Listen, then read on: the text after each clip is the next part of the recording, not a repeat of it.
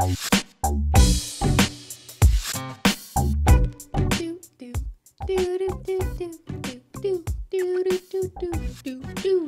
what's up, hello everyone, and welcome back to another episode of SimplyPodLogical, a Simply Nailogical podcast. Hello. Hello there. Christine, we were baking a pie the other day. Yes. I mean, I was baking a pie. Yes. You were supervising. Correct.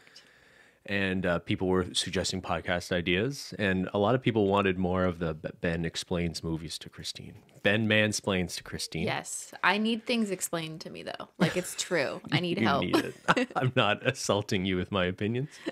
Well, we want to put a little spin on it. And like last time, so we've done this once before where I described these movies to you, these huge movies in pop culture like Lord of the Rings, The Godfather, Star Wars that you haven't seen for some reason because you're an alien. Well, I've seen them. I just didn't pay attention. Kind of, you know what I mean?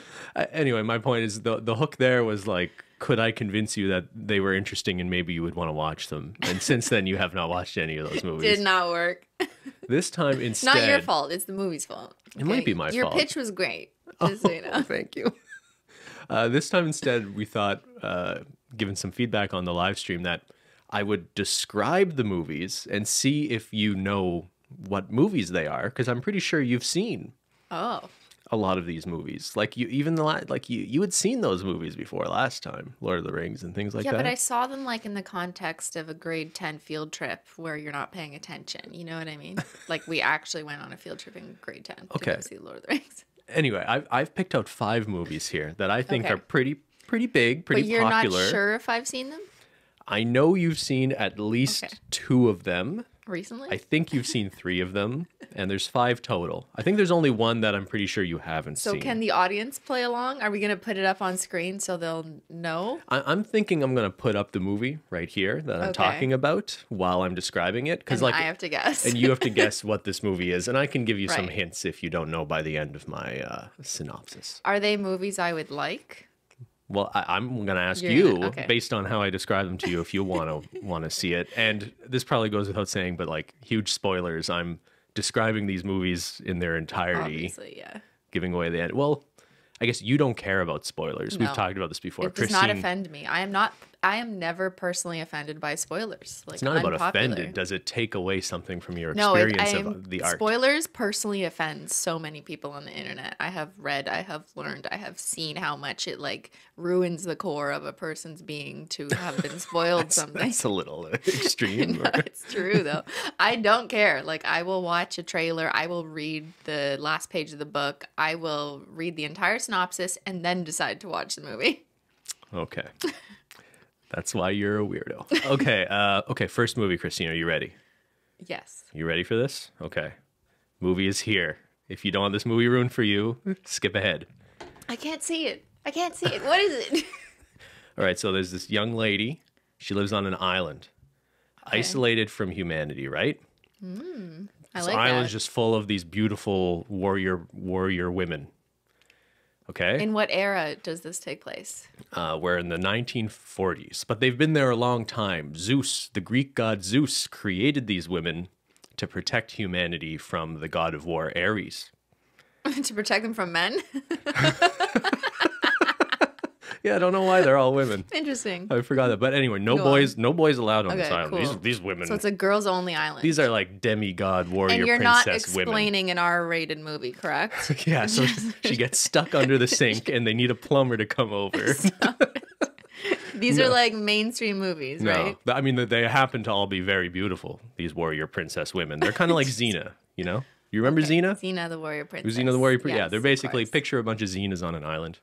One day, this U.S. fighter plane pilot, crashes off the shore of their secluded island. Is the island off the coast of the U.S.? No, it's some made-up island that humans had never discovered. Imposing themselves on this island. Well, you're about to find out. So this pilot crashes, washes up on shore, and says, "Hey, humanity is at war," and what he describes to them is World War II. And there's a bunch of German soldiers show up fighting, and the warrior women fight some of these Nazis, and some of them die, but they beat these Nazis that show up on their island. So fast, yeah, man. I know. Is So this a what? the U.S. soldier is like, yeah, we're fighting these German soldiers we found out they've got these weapons that they're going to try to kill the Alliance forces, right? There's this chemical weapon where they're going to drop it on London and kill everybody. London? Yeah. So this... Where did London come in the picture? I don't know. So this warrior princess girl, our main character, she thinks like their duty is to save humanity and protect humanity from Ares, the god of war. So she assumes Ares, the god of war, is behind the forces of World War II, right? So she teams up with this sexy pilot. A lot of romantic chemistry with her and this pilot. She's never seen men before, right? So, you know. And, what a life. Yeah. So they find this German general who she thinks is Ares, the god of war. And like, I guess he's in charge of the weapon. So the pilot goes off and they intercept the plane that's going to drop the chemical weapon on London. But he figures the only way to save people is that he hijacks the plane, flies it into the middle of nowhere, and he sacrifices himself. Her new boyfriend blows himself up with the chemical weapon to save people from getting hurt by the weapon. Okay. So meanwhile, she's fighting this German dude who she thinks is the god of war, but it turns out he's just a guy. He's just a person. So she kills him. Okay. And then Ares shows up and goes, "Hey, lady, I know you think like I'm behind all the evil in the world, but turns out people are capable of terrible and awful things without the god of war influencing them, right?" So he goes, you know, people are awful. They're not worth protecting. So wait, I have so many questions.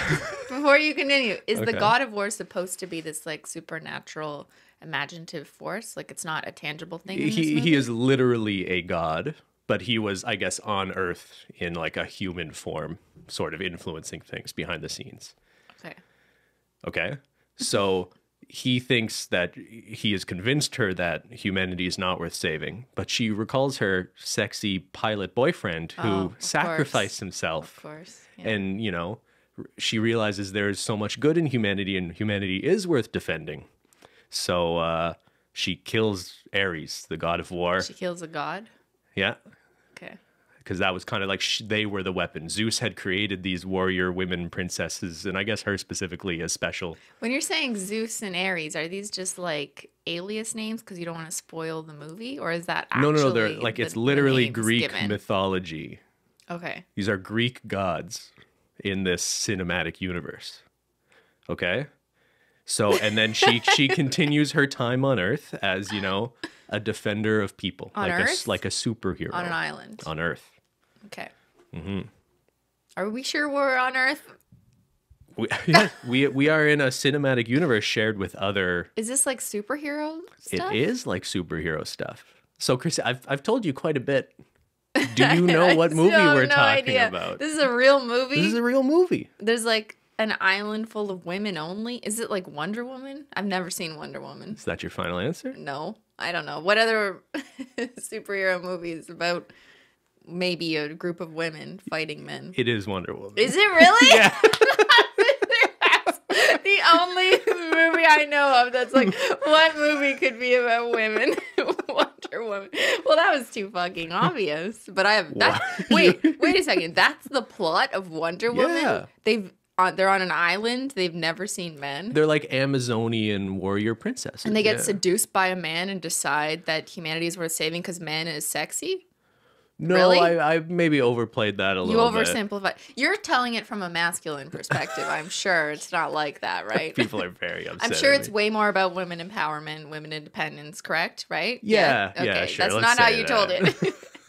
Well, no, they have this thing. It's been a while since the movie came out in 2017. Well reviewed. And it was based in 1940? Well, the first movie takes place during World War II. I think it's World War II. So it takes place in like... War? I can't remember. It's a fictional movie, but it takes place somewhat in the context of real world past events. Yes. Which is actually an interesting hook. The second one takes place in the 80s, and I think they bring back her boyfriend without like any explanation that makes any sense, even though like the climax of the first movie is him dying and sacrificing himself. So there's like Zeus in Wonder Woman? Like Greek gods? I did not Yeah. know that. So do you know Batman also exists in this universe? Are you aware of this? Robert Pattinson? Not Robert. Twilight? Ben Affleck Batman. Oh. Do you know? Do you know this Batman? Yes, I have seen that. And Batman. Henry Cavill Yeah, I think so. as Superman. So it's all within the same world. Oh. Wonder Woman, Superman, Batman. Who plays Zeus in the Greek gods? CGI, I think. Oh, they're not real? Like I carry. I don't know. I'm sure there's actors. Most of these movies are fucking CGI, though, right? Yeah. Yeah. Also, like Gal Gadot, like pretty terrible actress, by the way. Is she? Yeah, these movies are pretty Are people rough. gonna take offense to that? I hope not. I'm not saying like women can't act. There are a ton of really talented Just female to clarify, actresses. I don't mean women. Jesus Christ. Yeah. I haven't seen it, so I can't judge. Okay, based on what I just told you about It it, sounds really what stupid. what did you think Wonder Woman was about? Not that. I did not think it was about a fucking island in like Greek mythology. I don't know. I have no idea. I just thought it was like, you know, like the Hulk, but a woman or something. Like she like saved the world from a crater. Or I don't know. Fucking Is that a movie you would watch? No. Because She-Hulk, I'm pretty sure, is coming out at some point. Really? I think on Disney Plus. Yeah. I don't know what I ever thought Wonder Woman was about. Like the only knowledge I have of it is that a lot of girls wore a Wonder Woman costume for Halloween. That's pretty much what I know about it. When you were growing up? Yeah. Because that wasn't really a popular character in our childhood. No, but like occasionally, like that's my frame of reference though. Like, oh, I recognize that the costume is red, blue, and has like a gold belt. I will say I like the idea of Wonder Woman because I feel like there's not enough good female superhero. Like superhero movies are like the biggest genre of movie in the world right now. That was probably part of the pretext for why that character was ever introduced into that universe, right? I know nothing, but I'm just like assuming that they're like, we need a power woman finally because it's 1982. Let's introduce one. Yeah, whatever and year with such a lack of them, I guess it's not a.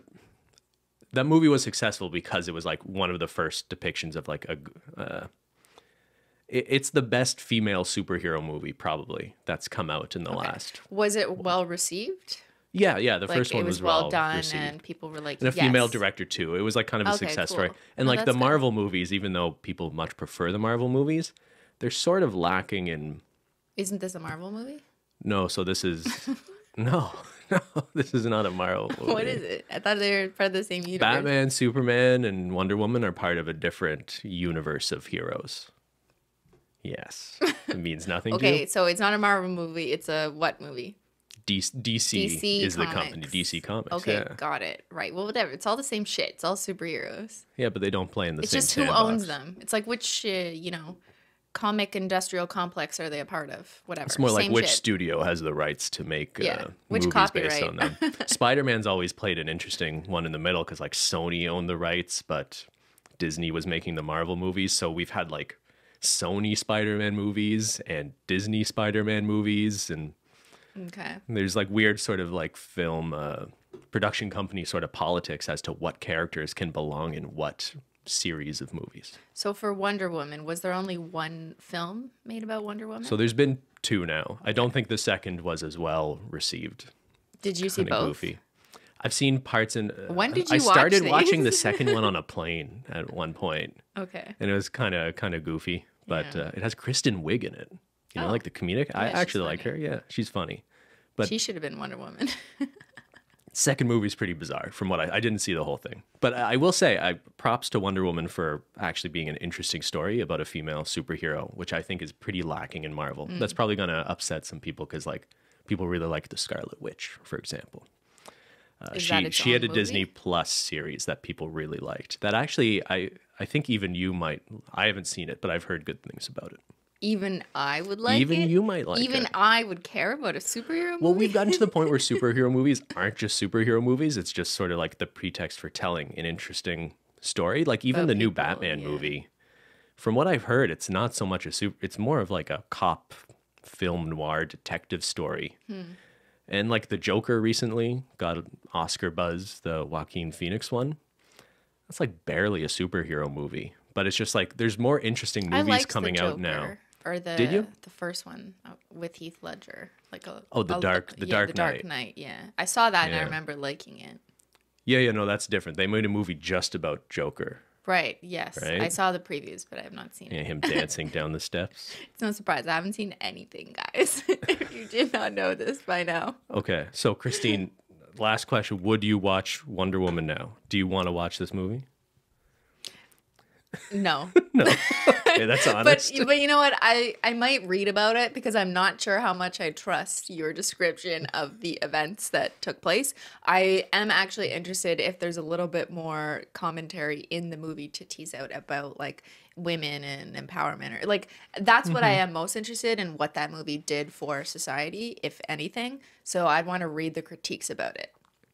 And I should probably watch it to judge for myself, but I just don't have an interest in superhero movies, but I do have an interest in some of the commentary and points that they're trying to make if they accomplish those points. If they're trying to make a point and not just if there is CGI goes boom. Right? Yeah, exactly. I don't care about like fighting and bullshit, whatever.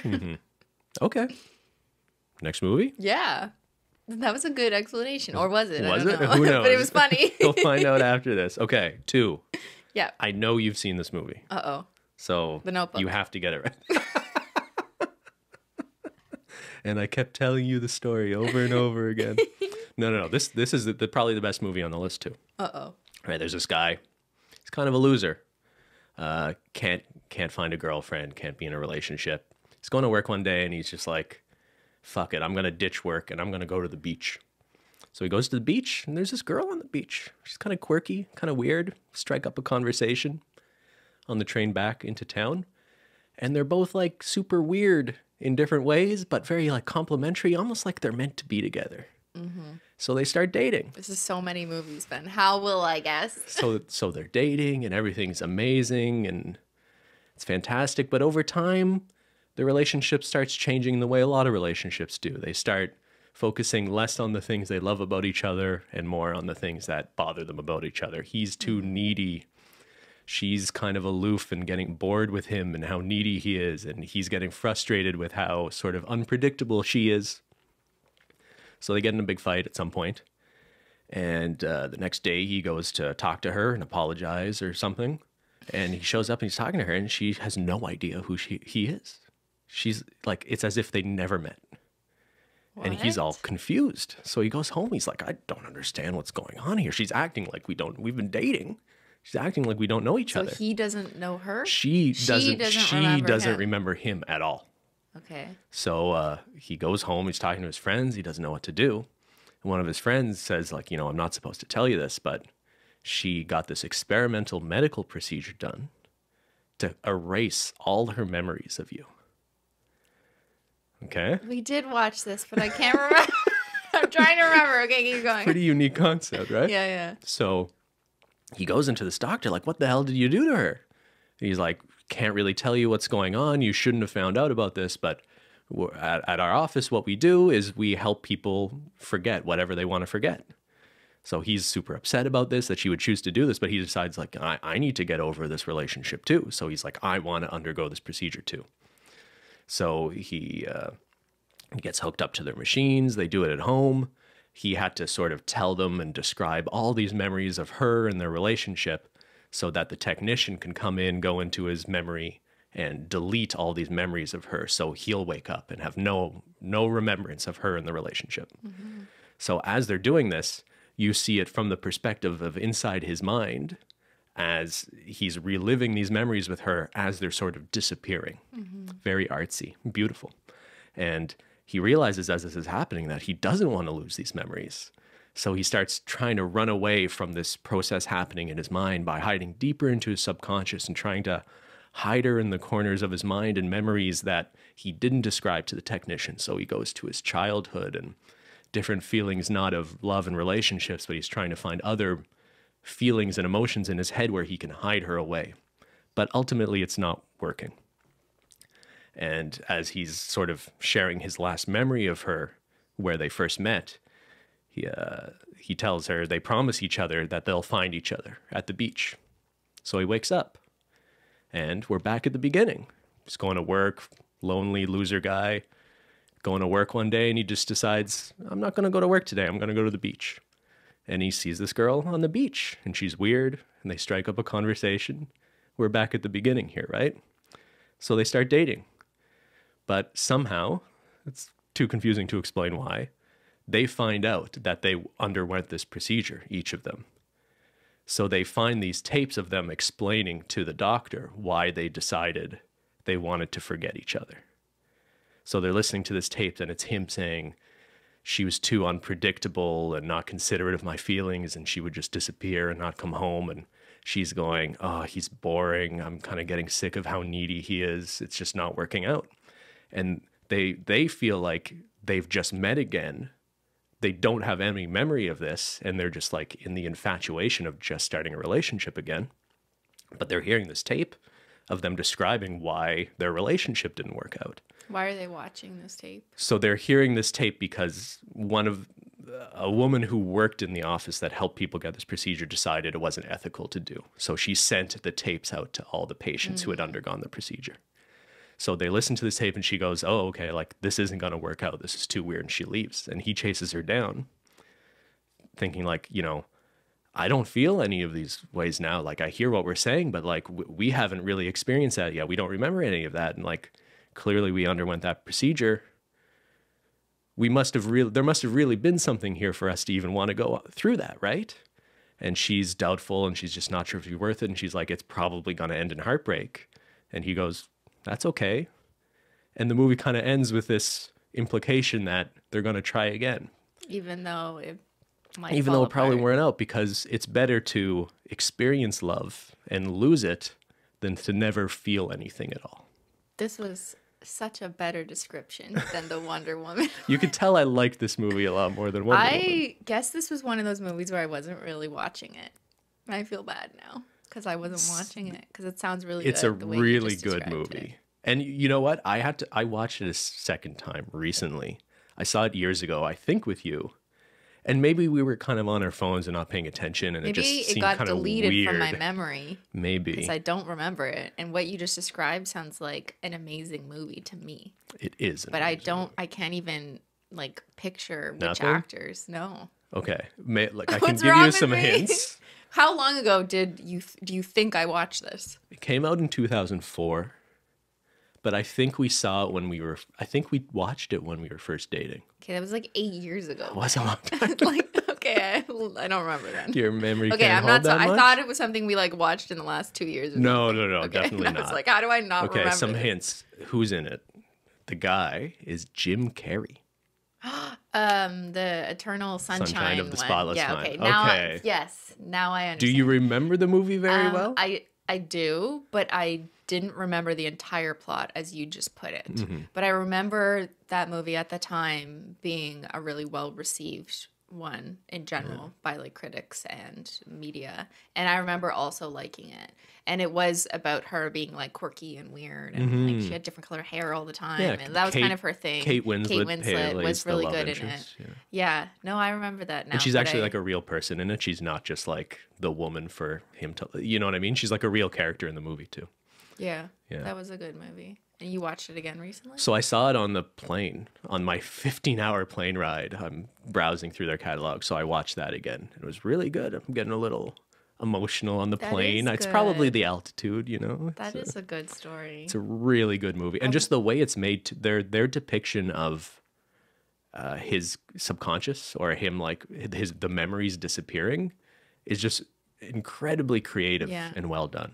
I hope like whoever heard that description, it takes something away knowing the entire story, I think, unlike Cristine. But but I think it's still an interesting watch. For sure. Like, but you could still watch it. Any of the movies I'm describing today, this is the one really worth watching. Okay. I think all it's the the other best ones are movie. Stupid. This one is good. There's a couple.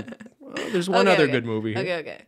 What do you think of that technology if it were to exist? The ability to selectively erase memories?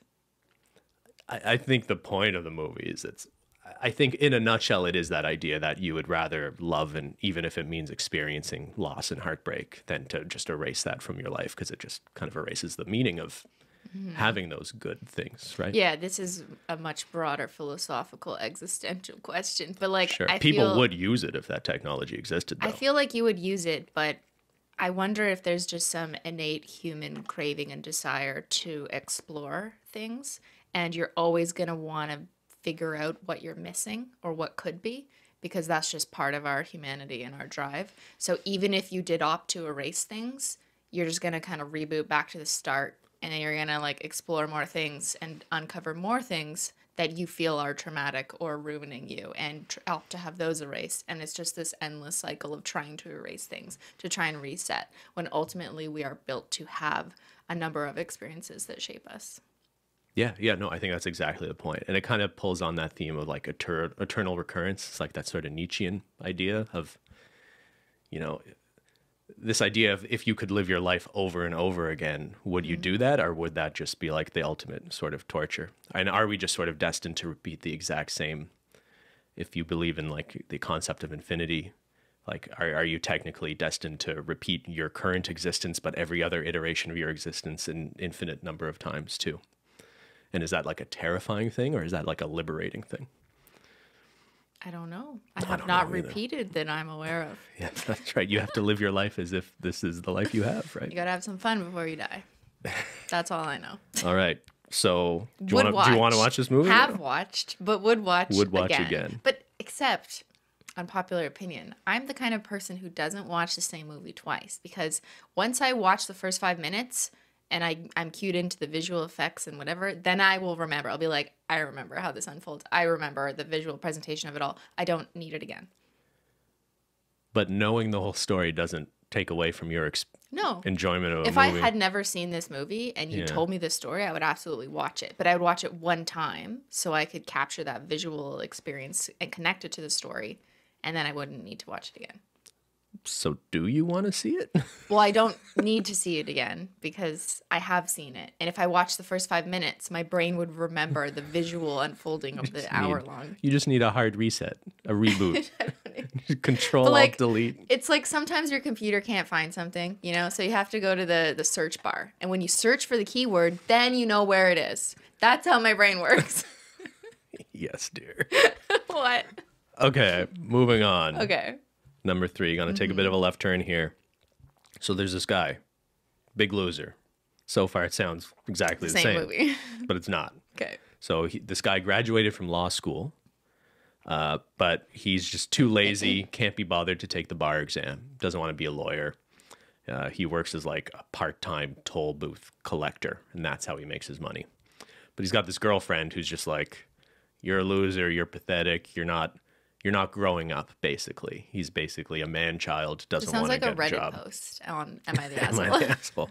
So she leaves him for an older dude. Okay. Who is, more willing to be an adult and not just a perpetual child. So our main character guy, sad about this. He wants to get his girl back. One day, a 5-year-old child just shows up on his doorstep. And the kid goes, hey, like, I don't have a mom anymore. My dad is your former roommate. And so this guy brings this kid in and is like, calls his roommate and is like, okay, I guess like I'll look after this kid while you're away on business. But he sees this child just as an opportunity to prove to his ex-girlfriend that he knows how to accept adult responsibilities, like taking care of a human child. So he doesn't really care about the kid, just sort of using the kid as a prop. So most of the movie are the sort of hijinks of him being a terrible guardian to this young child. But in a very Hollywood-esque fashion, very cliche, he starts to actually like the child. Develop, human feelings for this child, and it makes him a better person to be responsible for this little person. So at some point, he's pretending to be the child's actual father, and it goes from him like using him to try to get the girlfriend back to him actually developing, a bond with this kid. But a social worker that was involved for some reason learns that he was pretending to be this kid's dad and using him in weird ways and maybe not being the best parent. So he's going to be arrested. There's a court case where like people are testifying whether he's a good dad or not. Where's the roommate? I guess the roommate's back at this point. I think there's some confusion about whether the roommate's actually the dad or not. But, the roommate does accept or remember that it makes sense that he is the father. And so even though the courts and police want to prosecute him, the dad doesn't want to press charges against him. But the court case is sort of really a plot device just for like a bunch of people to testify whether or not they think he's a good guy or not, and that's right? like the culmination. And that of is the story. culmination of them sort of realizing, The main event. Yeah, that he actually is trying to be a better guy now. And so it ends with dude, now he has a wife and kids of his own. He stays in touch with the little boy he kind of assumed the fatherly role of, and he has a surprise birthday party at Hooters. And his ex-girlfriend and the old guy she started dating are now working at Hooters.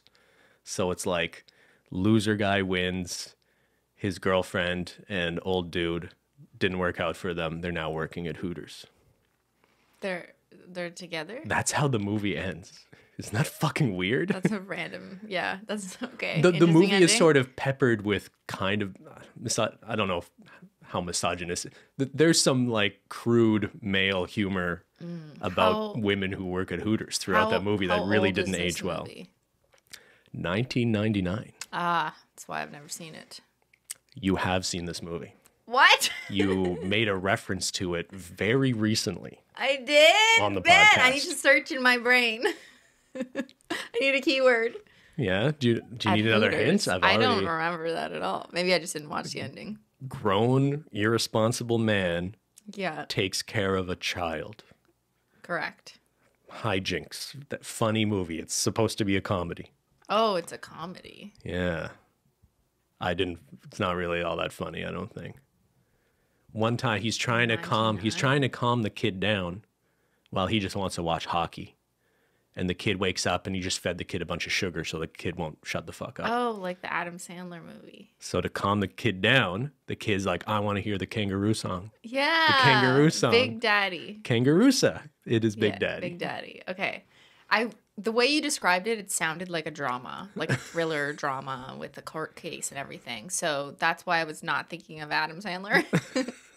Okay, I forgot that's how that movie played out. Yeah, I haven't seen this movie in years. I have to look up a synopsis. So it's probably why I'm describing but now that I think about it, factually. that ending and the things you just described makes sense for a 1999 Adam Sandler movie. It would not make sense for a more recent drama about, the connection to a child and court cases and so on. Like for it to end the way you just described with the Hooters thing. I think like a lot of Adam Sandler movies, it probably doesn't. I don't think it's aged very well. No, but it's what young people found funny in the 90s. Yeah. Yeah, like Billy Madison, Happy Gilmore, all those classics. I think all those are sort of hold up better though than this. I almost feel like Adam Sandler's more recent movies are worse on like all accounts than some of his older stuff too.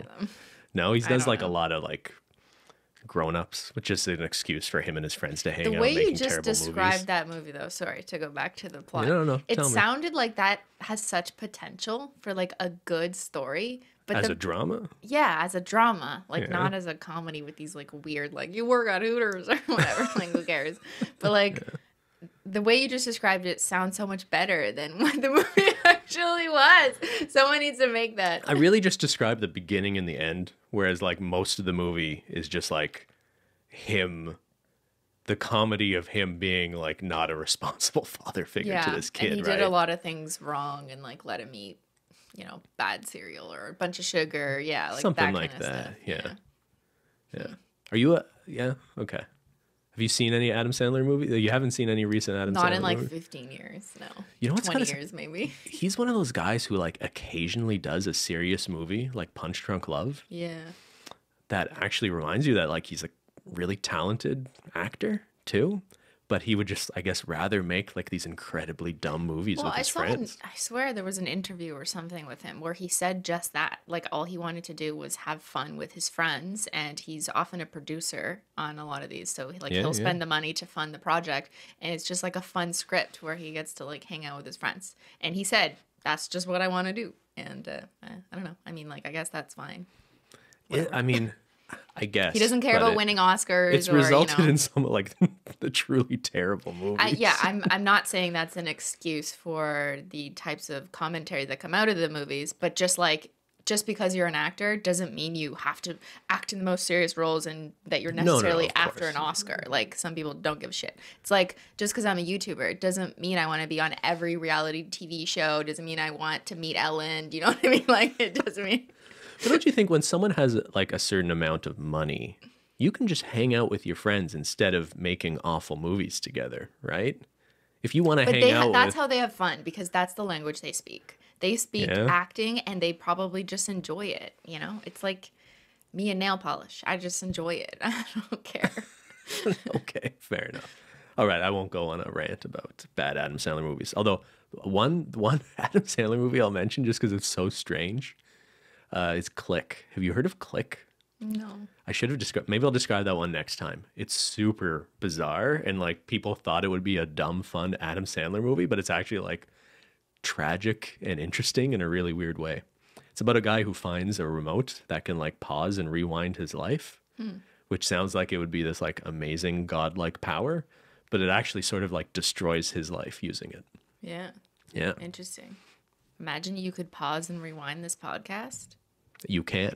You could put it on 2x can. speed and save yourself some time too. No, don't do that. All right, Christine, You don't next sound like a chipmunk. next movie. Okay. Another movie that maybe hasn't aged super well. Some people might say it's aged like milk.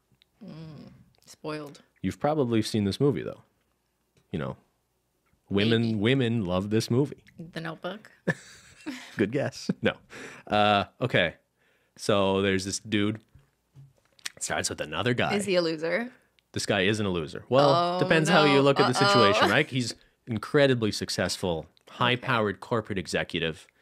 He's successful at everything in life except love. Yeah, good guess. Good guess, right? Can we just write movie scripts? We could. So he's like all these women are really just arm candy to him for him to like Trophy show up wives. to corporate events and things like that.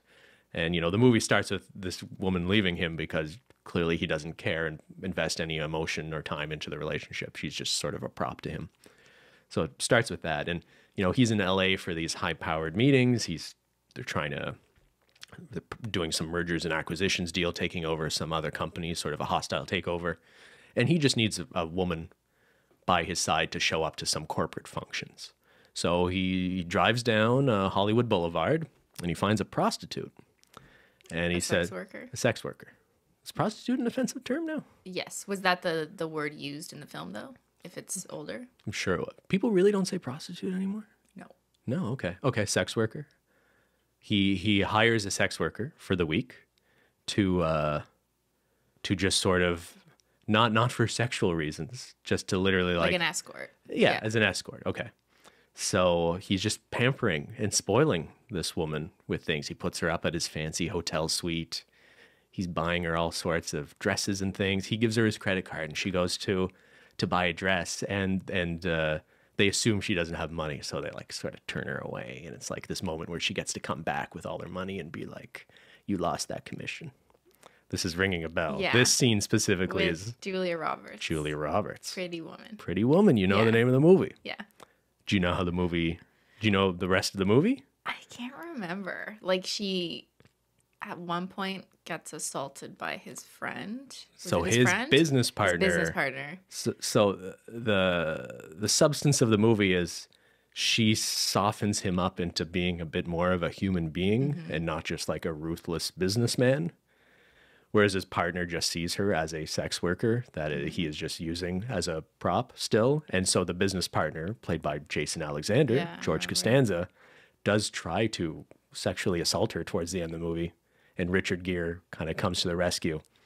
Movie ends in a really bizarre, or I find the ending of the movie pretty weird, where he's about to leave, his trip's coming to an end, and he's like, "Hey, I'll give you an apartment and an allowance, but I got to go back to New York. Maybe I'll come visit you sometime." And she's like, "Oh, like you're still treating me as if you're like paying me for my services." Whereas like she's really falling in love with this guy because he kind of gave her like this fantasy knight in shining armor, saving the sex worker from the streets experience, right?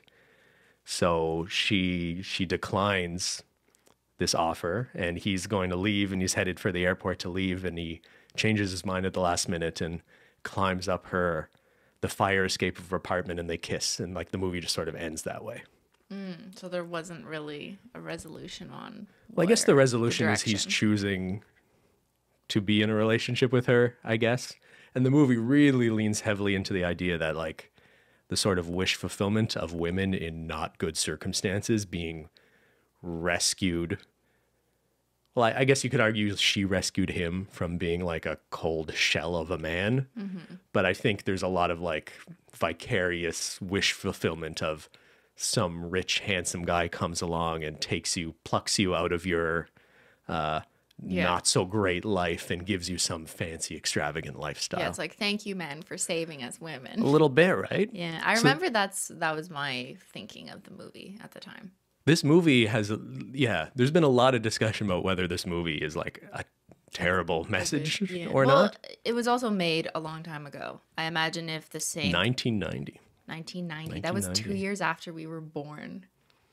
Like, we were tiny babies. True. We were just a baby. And I feel like a lot of Julia Roberts' movie, in retrospect, was like her kind of playing like the troubled character that a man came along and sort of accepted for all her flaws, and sort of there's a bit of like a hero complex to a lot of her movies. That's a Julia Roberts thing. I think that was just a main character. That was a trope to a lot of movies. And she was era. A leading woman. Yeah. She was like the biggest female she's an amazing actress in the world. So she does a really good job at communicating that like vulnerability, I think. And she's played some like really more meaningful roles. Like Erin Brockovich. Yeah. That's a good movie. Yeah. But I remember, yes, I think that movie was supposed to feel like a lighthearted movie in a way. Like you're supposed to be like, yeah, girl, you go get that, new riches, but also like feel good about it or whatever. But I remember always not really liking it because ultimately it just felt to me like, yes, I'm glad that they're happy in the end, and it was, a consensual decision, not just based on money, but money is what started it. And he did see her as inferior in the beginning, even if he changed his mind later. I don't know. There was something that always just made me a little bit uncomfortable with it. Yeah, it's one of those movies where, like, on a very superficial level, like, you can just sort of enjoy it as, like, a bit of a fairy tale. And then if you think about it... But, like, fairy tale, exactly. That's why I don't like it. Because I don't like that it's like, hey, women, this is your fairy tale. You, too, one day maybe can be lifted up by a man with money. Well, it's one thing, like, as children to, like, see stories about Prince Charming rescuing a princess from a dragon. And then they become a princess because of Prince Charming or whatever. But you're right. Like, as an adult, watching stories that don't really go beyond that, I think is a little weird. But I mean, like, sometimes you just want to watch something dumb, too, right? Yeah, but I don't think that movie was intended to be, like, a dumb, fun movie. I think they were thinking this is a great story of women empowerment in 1990. People are still, I mean, we're talking about it right now when it came out 32 years ago. It is a classic, and it will always be a classic movie, in part because of Julia Roberts' acting, I think. Mm-hmm. But, yeah, 30 years later, you do kind of pick it apart. I will say, like, it's interesting. There's way more stigma around, like, even the topic or idea of sex work back then, too, compared to today, I would say, right? Not that there isn't today, but I just think, like, it was kind of just, like, universally seen, like, as a very stigmatized thing. There's no, like, OnlyFans celebration of female empowerment by, like, monetizing your own sexuality conversation going on. But that didn't change the fact that 30 years ago, there was plenty of movies that depicted women sex workers in them all the time. Like, I mean... Is that true? I just remember it, like, kind of being a thing, like, or there's escorts, or, yeah, we'll just get you some ladies, come to the club. Like, that just was not uncommon in movies like that, where there was corporate gatherings or mobsters or whatever. There was always like groups of women around, and you knew, and that's just what it was. So of course, sorry, I guess I guess there were movies specifically about sex workers, strippers too. That was kind of a thing for a while, like striptease. What was that, Demi Moore? There was a while where they, maybe like inspired by Pretty Woman. It seemed like for a while there was like a genre of movies kind of like even about that. Yeah. All right, you want to describe those? Would I watch it? I have watched it. Would I watch it again? Not unless I'm taking a sociology class where we have to write a paper on it. Okay. Hey, well, Yeah. I guess you could just do If that I on like your own wanted time. to give some critical account in the year 22 about it, then I would rewatch it in order to, you know, pull direct quotes and whatever. But I don't feel a personal need to rewatch it at this time. That's fair. That's fair. You're not winning so far. I'm not winning. I'm not winning. You're the one who's only guessed one right out of 4. I mean, Actually, like, no, to you got convince me. Wonder Woman. I got To be one. fair, so I got the second one too. Eternal Sunshine. Did you get it though? Yeah, well, I only got it once you said Jim Carrey. Yeah. I described like the whole movie in depth. I I've think got, pretty well I guess too. 2 out of 3. 2 out of 3 ain't bad. Do you have a 4th one? Meatloaf. I have a 5th one. We've done 4, 5th? right? No, we've done 3. We only done 4. We've done Wonder Woman, Eternal Sunshine, Big Daddy, Pretty Woman. Oh, we've done 4. Yeah. I forgot Yeah. about Oh, you Big got? Daddy. Did you get Big Daddy right too? Yes. Yeah. Okay, I've you're got you're 3 doing out of pretty 4, well. 75%. All right, one more. I do not know if you've seen this movie. It's the most recent Okay, one let's go. Bring of it the on. list. Okay. Kirsten Dunst. Is that the name of the movie? Bring it on. Okay. It's the 1890s. Oh, God. I was not alive. A guy accepts a job. You weren't alive. Yeah. Okay. Just so you know, I was not around then. A guy shows up on this isolated island with a lighthouse. Wonder Woman. Yeah. Shutter There's a lot Island. of symmetry here. So he's accepted a job to help take care of this lighthouse to prevent sailors from crashing into the rocks. So it's just him alone on this island with this old guy who Is is it called Lighthouse? the keeper of the lighthouse. Let me just finish the description here. So these 2 guys taking care of this island. The old man is like mean, crazy old sailor dude, right? And he's just given this young kid back-breaking work to do, like carrying canisters of fuel up the tower and painting the lighthouse for no reason. And the young man is kind of going a little crazy being alone on this island with this old guy. And these birds, there's all these seagulls everywhere, right? And there's a seagull with only one eye, and it keeps squawking at him. And it almost seems like it's intentionally messing with him, okay? So, you know, he starts like swatting at the bird, and the old man goes, hey, like you don't mess with that one-eyed seagull. The kid's like, well, whatever. And the old man just smacks him and goes, no, don't mess with that seagull. Those seagulls are like the souls of sailors lost at sea. Okay? So this guy only took like a month-long job. He's the last day of work. The seagull's still fucking with him, okay? At some point, he also thought he saw a mermaid, but like, who knows what's going on? You know, I think he's just going a little crazy on this island. I don't know what's going on. You don't know what's going on. I don't know what's going on. I watched the movie. So the seagull's like right in his face. So he grabs the seagull and he beats it to death. He killed He the kills sailor the souls. one-eyed seagull. And the weather starts changing. He's supposed to be picked up the next day by a boat.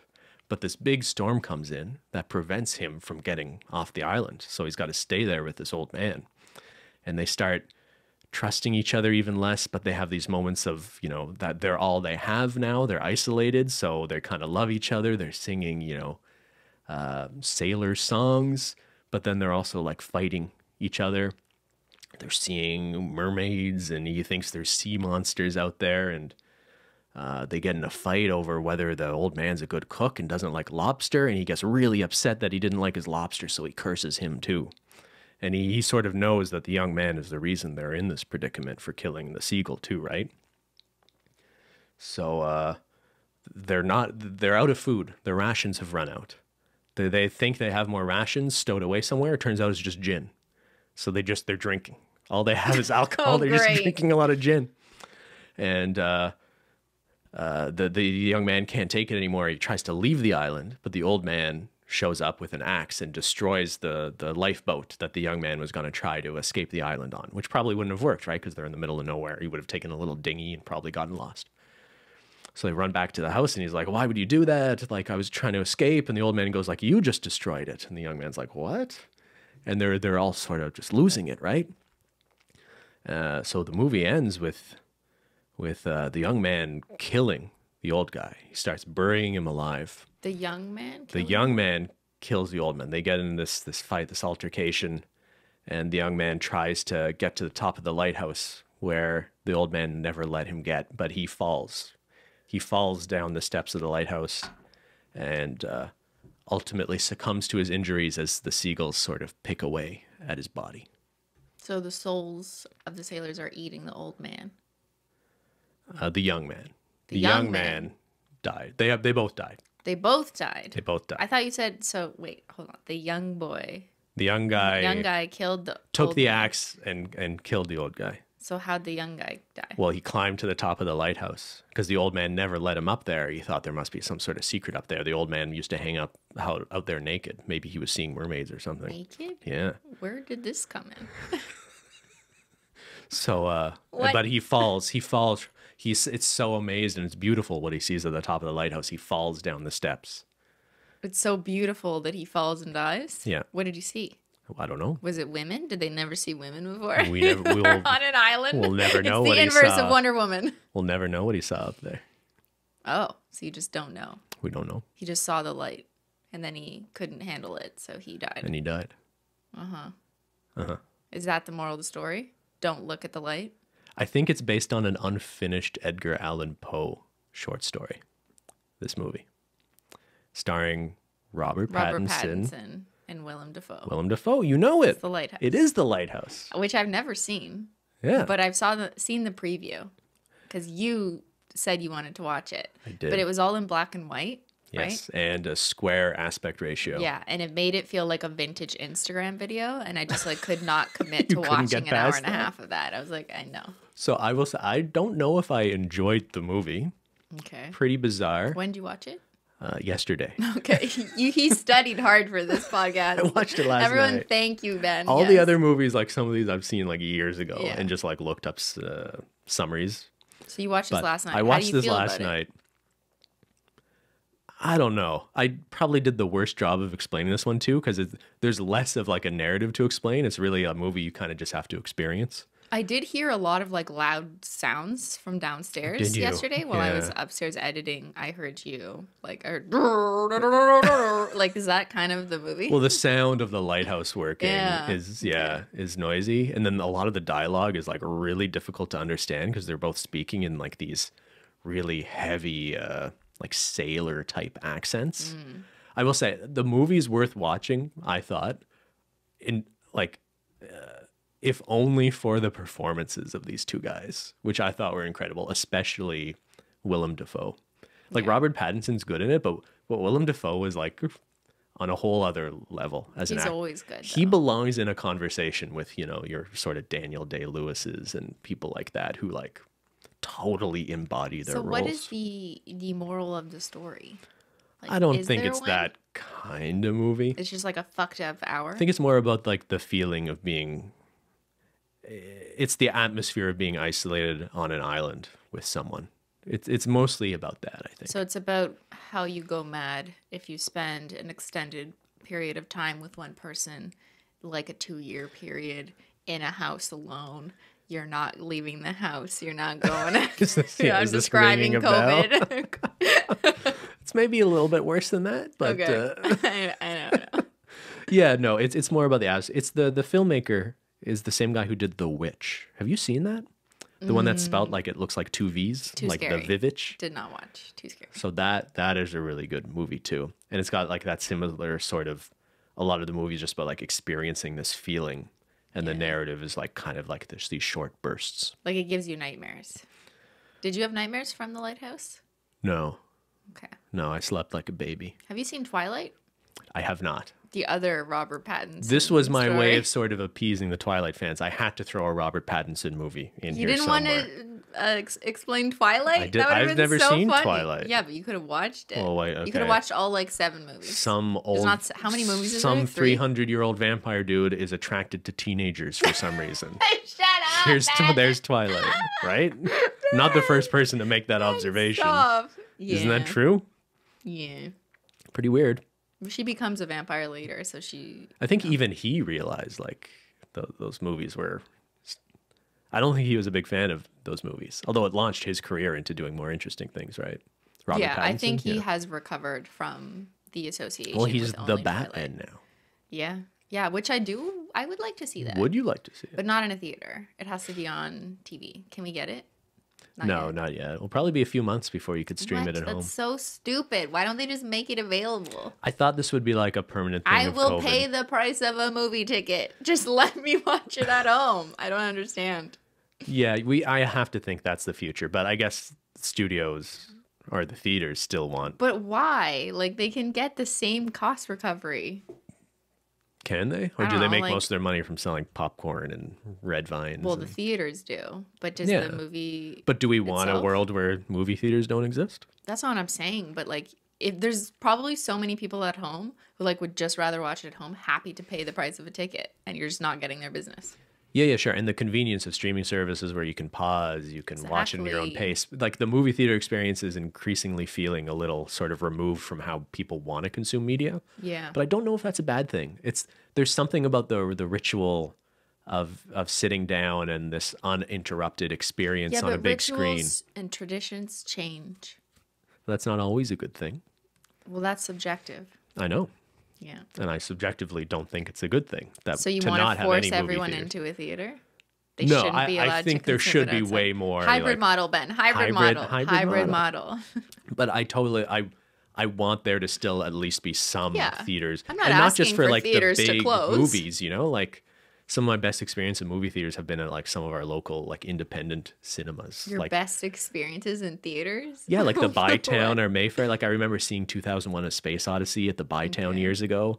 That was like really cool to see that movie on a big screen, even though it came out like 50 years ago. But this is just childhood nostalgia you're describing. When it was like really cool to like get the opportunity to go see a movie on a giant screen, which was so crazy when, back in 1992. What you just don't, you only enjoyed things as a child? I'm not allowed enjoying going to the movies I'm as just an saying adult. that was revolutionary when we were kids to be able to go to such a big screen and see it like that. Because like, I don't know. No We one were even had big kids. TVs at home. Everyone had small TVs. But But isn't now there- people have bigger screens or the resolution is amazing on your iPad. So it's less impressive. iPad. But like, come on, you're gonna watch a Space Odyssey on a 13-inch iPad? I'm just saying That's I sad. don't think it's the same. Like when you were a kid and like entering a movie theater was like fucking crazy to see something that big and whatever. But now I don't think kids are that impressed. Sure, like it's not replacing the feeling of like I remember as a kid seeing Jurassic Park in the theater and that being a fucking mind-blowing In experience 3D, as a child. you ever see them in like IMAX 3D? 3D? Do they make that movie in 3D? You've never watched IMAX I've seen 3D movies? I hate 3D movies. Yeah, me to too. be It honest. made me dizzy, but I remember going to them and being like, "Whoa." But I think I'm trying to agree to you that I understand there's like that childlike wonderment of seeing some big movie as a kid, but Yeah. I still feel as an adult there's something about the shared experience of seeing a movie in a theater on a proper big screen. Like if I could have a 100-foot screen in my basement and a popcorn machine and all that sort of stuff, With maybe I'd feel people, differently. But you want people around. It sounds like you are There's- high social cohesion. Well, I want people who aren't gonna like talk through a movie and So you should chew not loudly. invite me. I will keep asking. I'll be like, why is he doing that? This is silly. You're not a talker in movies. We used to go to the theater. Yeah. What was the last movie we saw in movie theaters? I don't remember. Like it was so long ago. What? We saw that figure skater movie, the I, weird Tonya? one with Margot. Did we see that in the movie theater? We saw that in the theaters. Yeah. I don't remember. Is that the it last was in a movie we theater. saw?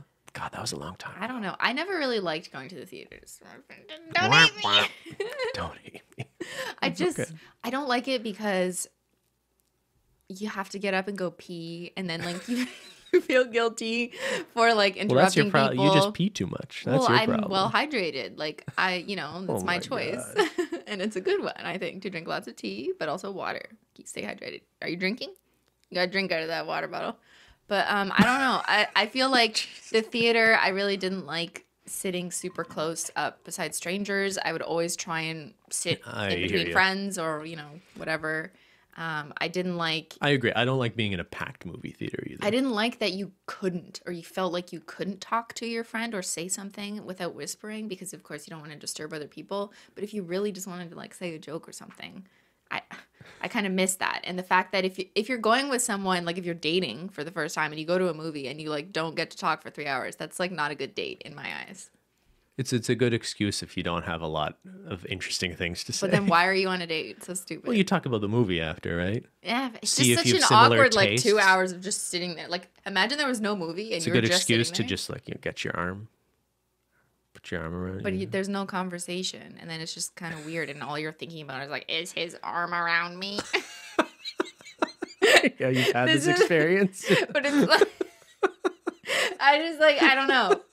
Don't hate me. I've Did we have reclused into my introverted hole. We didn't go on a lot of movie theater dates, No, I guess. 'cause it's stupid when you're trying to get to know someone. You're right. It's not really a way of getting to know someone. No, it's what you do when you're 16 and dating. You go to the movies. Everyone who's like older is like so mad at me right now. So you only think children go to movie No, theaters? I'm just That's like- basically what you're saying. For me, I would prefer to be able to talk to someone, and you can't talk during a movie. So, like, I don't know. Okay, which of these movies I described to you today Which one should we go to the theaters? Are we going to watch at home here in the comfort of our home where you can pee as much as you want? That's the key, man. That's the Pee key? as much as you want without disturbing others. And you can pause the movie while you pee. It's amazing. Just need to get you diapers or something. Ben! The Eternal Sunshine Do you of the want to watch Spotless that? Mind. We could watch But that. I don't need to watch it again. I've already seen it. But I like it. So thank you for reminding me of what a good movie that was. And our audience should definitely watch that one because we would both recommend it. It's a good story. Would recommend. It's more thoughtful and critical. I would say no to Big Daddy. That's like less thoughtful. Big pass on Big Daddy. Not worth being critical of because it's kind of just like one of those movies that's like, it happened, it's old, it's Adam Sandler. Yeah. Pretty Woman, meh, I've seen that in a critical way. enough, and I don't need another one. And The Lighthouse, I don't think that's for you. I think it sounds really interesting, and I'd be curious about their acting, but I also feel like because maybe you just described it so well that I would be kind of traumatized by some of those visuals. I did a terrible job. I don't at like describing it. seeing movies where there's lots of aggression and violence, and if that's depicted a lot where he's like hitting him with an axe, I actually don't want to see it. I don't mind hearing about it and that the story exists because I think it's an interesting plot, but I don't really want to witness it because it will be burned into my brain and I will be unable to get it out of my brain. It's not really gratuitous, the violence. Okay. I mean, he finds a severed head of the last guy who had his job, which makes him think the old man killed the last guy. I don't want to see that. And he does have sex with It's not graphic, but there's a severed head. and he has sex with a mermaid at one point, kind of. So that's pretty weird. Does she have a tail? Yeah. Her legs are attached. There's sort of a mermaid vagina situation going on. Ben, stop! What? What? I don't. Okay. Now do you want to No, see I the do not want to see this. I'm very confused. Okay. Not the Little Mermaid. Not the... That's weird. No, it's Willem Dafoe's acting is unreal in the movie. He was great in he's the one Green of those... Goblin. The Spider-Man. Oh, that wasn't its own movie. I think he's one of those method guys too. Like I saw some article. This could be wrong, but I got the impression like he stayed really isolated during filming this and sort of like slept in like a little fisherman's cabin and like totally and always talked in that accent. Embraced the role. And I gather him and Robert Pattinson, even the whole movie is just like them going crazy together, kind of. Yeah. I guess they didn't really talk off camera until like after they were done filming the movie to keep that sort of like Weird, mystery and like kind of feeling of distrust between them. Really interesting. So interesting how these actors are capable of segmenting their lives in that respect to really deliver a performance like that. It's incredibly impressive when it's cringe when it doesn't work, and it's amazing when someone can really embody the role properly, like a Willem Dafoe, like a Daniel Day-Lewis. But then you'll hear about like Jared Leto playing the Joker role, and like he's sending like, you know, bloody things to his co-stars in the mail, and like he's Really? like he's doing stuff off camera to like embrace the Joker role. Meanwhile, it's like not wasn't really good all at- that amazing a performance, and most of his stuff got cut from the movie. So it's like it's kind of cringe when you hear about someone doing that when it's like doesn't even But translate they into tried. an amazing. Isn't that them trying? Maybe that was just the best performance. I guess they it's could a do. big risk being a person with a reputation for like doing weird shit. That's like the character not who's a breaking bad character off camera, Yeah. right? Like it's pretty pretentious too, I guess. I don't know. I don't know much about acting. Neither do I. I was once a child actor, but I retired. Did you stay in character while you were filming the Fib Finder? While you had breaks, were you like still like, I'm the little girl playing the Fib Finder? I was a little girl when I was filming it. I was like 11 then. Yeah. And yes, Tell us more. What was your method? Were you a method actor or more classical? I took the game home and I said to my family, "What do you want for dinner? Let's ask the Fib Finder." It's not how that game worked. It's if you're lying or not. Yeah, well, they would tell me the answer, and then I would say, "Let's ask the Fib Finder." I just shortened it for the purposes of this explanation. I thought that people would understand. But I thought you were saying your parents would often lie to you about what was for dinner as a way of tricking you to come to the dinner table, maybe. Yeah, they would ask me if I get good grades, and then I would say yes, and then they would use the Fib Finder on me. No, actually, acting as a kid, though. Sorry, we'll wrap this up, but maybe some people find this interesting. I remember even as an 11-year-old or 8 to 11 or 12 when I was doing mostly kids' toy commercials, having to be so enthusiastic and like that. Yeah. That was not how I actually behaved, and not how most kids behave most of the time. Well, not on demand, especially. No, right? Exactly. But like even the other kids, when there was 4 of us or 5 of us at a table playing a game, we would all be like on camera, and then it would cut, and we'd be like quiet. We'd just be like, shut up. That's pretty sad. Yeah, and I remember my mouth hurting from smiling so much, and it was the same thing that happened when I was at VidCon. And I remember thinking the first VidCon I went to, because you're constantly posing for pictures and smiling and doing meet and greets, and like it is exciting. Like I'm not saying I was unhappy to be there, but your facial muscles get so exhausted from just being like that all the time and like always having an upbeat voice. Yeah. And it's not like you're faking it, but it's just kind of a natural reaction to the situation. And that's how I felt acting. So after a day of child's toy commercial filming, my face would hurt. I would just want to go home alone in a dark room and need to decompress. And I was like, kids like this toy? Like, in a way, it made me grow up. A little too quick, maybe. Sort of, yeah. Yeah. That's kind of sad, but no, interesting. It's not sad. It's fine. I think a lot of kids or 12-year-olds who are filming toy commercials are often past the stage that they would actually be excited about that toy commercial. Kind of like how people who play high schoolers are often just past in that their age. 20s, I don't know. I mean, I guess that's different because they actually, for legal reasons, want someone who's over 18 so they can have them do certain things. Like in Euphoria, all the actors are well over 20 and they're playing high schoolers so they can film things and not have the rules that children have to abide by for filming regulations. Well, it probably wouldn't be too ethical to film that show with a bunch of minors. It would be illegal. Like it would just be not allowed to make that show with people of the age they are supposed to represent. It would come with tons of rules and regulations about using child actors, right? Well, there's so many things in I haven't seen Euphoria. I know that, children just would not be allowed to do a lot of the footage, a lot of the scenes. Really? Yeah. Or do you just mean they couldn't be on set for more than 6 hours a day? That's not even what I meant, but that is also a rule. At least I don't know what it's like in LA or wherever. I don't think there's rules against children being depicted in adult content movies. No, but it's the types of language and things they say in like nudity scenes and drug use scenes. I think there's way more strict. It's either like not allowed or there's so many requirements and training you have to like put the kid through before they can participate that I think most production companies would rather just avoid it and just have someone who's over 18. You're right. That is the reasonable. Let's not overcomplicate this. That's why they're doing it. But like sometimes it swings too far in the other direction. You have like Dear Evan Hansen, where they have like some guy who looks like he's in his 40s playing a teenager. In his 40s? Have you seen those memes? There's a recent movie based on a musical where the guy playing the teenager looks like way too old to be a teenager, and it's like it's hard to look past that sometimes. It's hard because like of course you want adults to be the ones in the roles just from an ethical perspective, because you don't for the most part want to put actual kids through some of the tough topics. There are famous movies that have had child stars in them where you wonder how messed up the kids are from being in that movie. Well, like Evan Rachel Wood in 13 was only, I'm gonna get this wrong, I think she was 16 or something. Yeah. And she's talked about that after the fact. about how her participation in earlier roles as a kid, even though the movie was supposed to be a serious commentary on like the hardships of being a teenager, but she actually was around that age.